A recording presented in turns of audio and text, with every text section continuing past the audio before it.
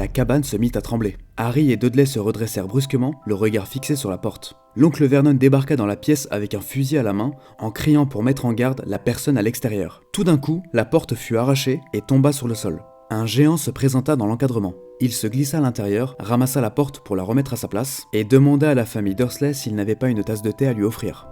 Ensuite, il partit s'asseoir sur le canapé où Dudley avait dormi. Ce dernier était parti se réfugier derrière sa mère, qui, elle, s'était réfugiée derrière son mari. L'oncle Vernon, lui, prit son courage à deux mains et pointa son fusil en ordonnant au géant de s'en aller. Le géant lui arracha le fusil des mains, fit un nœud avec le canon avant de le jeter dans le coin de la pièce. Et ensuite, il se tourna vers Harry. À sa grande surprise, il sortit un gros gâteau au chocolat de son manteau et lui souhaita un joyeux anniversaire. Par la suite, il se débrouilla pour créer un énorme feu dans la cheminée, se fit un thé et grilla quelques saucisses pour les donner à Harry. Et enfin, il finit par se présenter. Il s'appelait Rubeus Hagrid, gardien des clés et des lieux à Poudlard. Harry lui demanda ce qu'était Poudlard, et Hagrid commença à rentrer dans une colère noire contre les Dursley. Visiblement, Harry n'était au courant de rien à propos de Poudlard, du monde de ses parents, qui était aussi le sien. Hagrid lui révéla que ses parents étaient célèbres, et que lui aussi était une personne célèbre. Il lui dit qu'il ne savait même pas qui il était, et cela renforçait sa rage contre les Dursley. Mais l'oncle Vernon prit la parole et interdit à Hagrid de ne rien dire. Ce dernier se tourna vers Harry et lui révéla qu'il était un sorcier. Un silence s'installa dans la pièce, et Hagrid en profita pour lui donner sa lettre, qui lui bénéficiait une inscription au collège Poudlard, l'école de sorcellerie.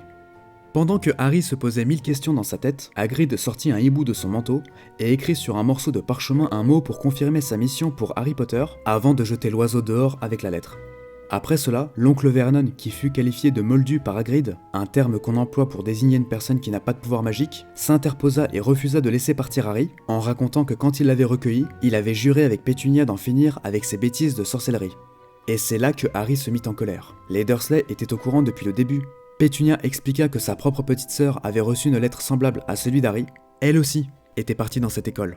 Tout le monde était fier d'avoir une sorcière dans la famille, mais Pétunia était la seule qui la considérait comme un monstre. Et enfin, Lily a rencontré ce Potter, et Harry est arrivé. Pétunia savait que Harry allait être aussi bizarre qu'eux, et les Dursley ont hérité de lui après le meurtre de ses parents. Le meurtre de ses parents. Les Dursley avaient toujours affirmé que Lily et James Potter étaient morts dans un accident de voiture. Hagrid se mit encore plus en colère. Il trouvait ça scandaleux que Harry Potter n'avait pas été informé de sa propre histoire, alors que tous les enfants du monde des sorciers connaissaient son nom. Mais pourquoi ? Harry demanda à Hagrid pourquoi il était célèbre. Que s'est-il passé ? Hagrid se demanda s'il était le mieux placé pour lui répondre, mais Harry devait connaître son histoire. Tout avait commencé à cause d'une personne qui s'appelait Voldemort. Hagrid avait eu du mal à dire son nom. Il lui inspirait la peur, et la plupart des sorciers ne le prononçaient pas. C'était il y a 20 ans, une sombre époque, on ne pouvait faire confiance à personne. Voldemort se mit à chercher des adeptes. Certains l'ont rejoint par peur, et d'autres en quête de pouvoir, car il en avait, des pouvoirs. Il étalait son influence en prenant le pouvoir sur les autres, et ceux qui résistaient étaient tués. Mais il n'avait jamais osé attaquer Poudlard. C'était peut-être le seul endroit où on était en sécurité, avec Dumbledore à sa tête. Lily et James Potter étaient d'excellents sorciers. Voldemort aurait-il essayé de les amener de son côté ? Soit il n'a pas réussi à les convaincre, ou alors il voulait simplement se débarrasser d'eux. Mais il y a une dizaine d'années, le soir d'Halloween, Voldemort s'était rendu dans le village où Harry habitait avec ses parents et assassina Lily et James Potter avant de s'en prendre à Harry, alors qu'il n'avait qu'1 an. Mais le mystère est là, pourquoi il n'a pas réussi ? Cette cicatrice sur le front d'Harry n'est pas une cicatrice ordinaire, c'est la trace du mauvais sort qu'il avait lancé contre lui, un mauvais sort si puissant qu'il avait tué ses parents et détruit sa maison. C'est pour ça que Harry Potter était célèbre. Il avait réussi à survivre en étant un bébé, alors que Voldemort avait tué des centaines de grands sorciers avant lui sans aucune difficulté. Harry eut un étrange sentiment, un sentiment douloureux. À mesure que Hagrid lui racontait son histoire, Harry entendit un rire cruel et glacial, suivi d'un éclair de lumière vert. Lorsque Hagrid lui avoua que c'était lui qui l'avait sorti de sa maison en ruine pour le ramener chez les Dursley, l'oncle Vernon commença à critiquer Lily et James Potter. Hagrid bondit sur l'oncle Vernon en sortant de son manteau un parapluie rose qu'il pointait dans sa direction, et il se calma aussitôt. Mais Harry se demandait, qu'était-il arrivé de Voldemort ? Était-il mort ? Hagrid n'y croyait pas. Il pensait qu'il était toujours vivant, mais faible, avec plus aucun pouvoir. Mais en tout cas, il avait disparu grâce à Harry, ce qui rajoute encore plus à sa réputation. Harry avait du mal à y croire. Lui, Harry Potter, était une personne célèbre. Toutes ces histoires de Poudlard et de sorciers lui paraissaient trop beaux pour être vraies. Mais Hagrid rigola, et lui demanda s'il ne s'était jamais passé quelque chose de bizarre quand il était en colère, ou quand il avait peur. Harry réfléchit.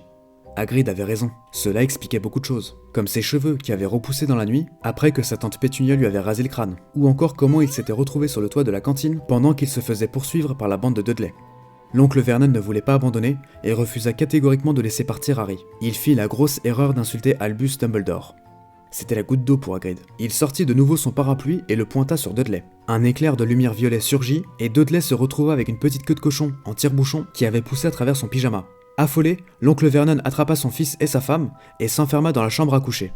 Hagrid semblait regretter son geste. Il confia à Harry qu'il avait lui-même été étudiant à Poudlard, mais qu'il s'était fait renvoyer durant sa 3e année. Normalement, il n'était plus censé faire de la magie depuis. Après cette conversation, Hagrid et Harry se couchèrent. Une grosse journée les attendait le lendemain. Au moment où j'enregistre cette vidéo, nous avons dépassé les 1000 abonnés sur la chaîne avec énormément de commentaires positifs, et pour ça, merci beaucoup. N'hésitez pas à partager mes vidéos, je ne vous cache pas que ça m'aiderait énormément, avec le like, le commentaire, mais bon, ça vous le savez. Et puis moi je vous dis à très bientôt pour le chapitre 5, là où l'histoire va devenir un peu plus intéressante. Ciao!